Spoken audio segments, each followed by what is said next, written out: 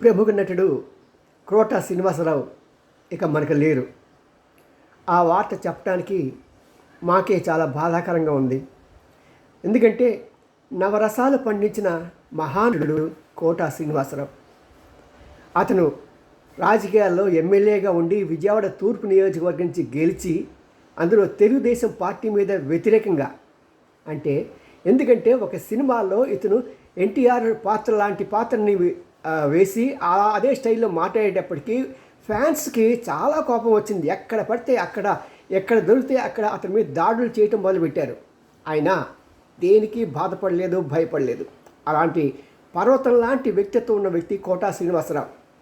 మరి కంకిపాడులో పుట్టి state bank of ఇండియాలో కొంతకాలం పనిచేసి ప్రాణం ఖరీదు అనే సినిమా నాటకం వేస్తుండగా అక్కడ ఒక దర్శకుడు చూసి దీన్ని సినిమా తీస్తాను, నువ్వు యాక్ట్ చేస్తావా అంటే అలాగా ప్రారంభమైంది అతని సినీ ప్రస్థానం.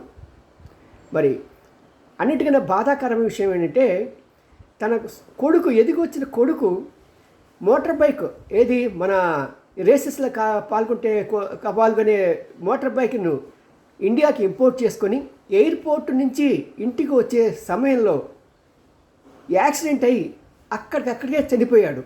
చాలా కాలం ఈ బాధను తట్టుకోవటం ఆయనకి చాలా బాధాకరంగా అయింది. చాలా కుమిలిపోయాడు, కుసించిపోయాడు. అయినా తిరిగి లేచి నిలదొక్కున్నాడు. బాబు మోహన్ కూడా పాపం అలాంటిదే. మరి బాబు మోహన్తో ఇతను చేసిన సినిమాలు అద్భుతం. ప్రేక్షకులు ఎవరు కూడా నవ్వకుండా, వారి నవ్వుని దాచుకోలేకుండా కడుపుబ్బి నవ్విన మహాచిత్రాలు బాబు మోహన్, మన కోట శ్రీనివాసరావు. అలాంటి వ్యక్తి ఈ రోజున మన మధ్య లేరు అనేటప్పటికీ చాలా బాధాకరంగా ఉంది. సుమారు 700 సినిమాలను నటించాడు. ఏ పాత్రలో నటించినా సరే ఆ పాత్రకు వెన్న తెచ్చాడే కానీ ఎక్కడెక్కడ ఫెయిల్ అయ్యాడు అనే మాట లేదు.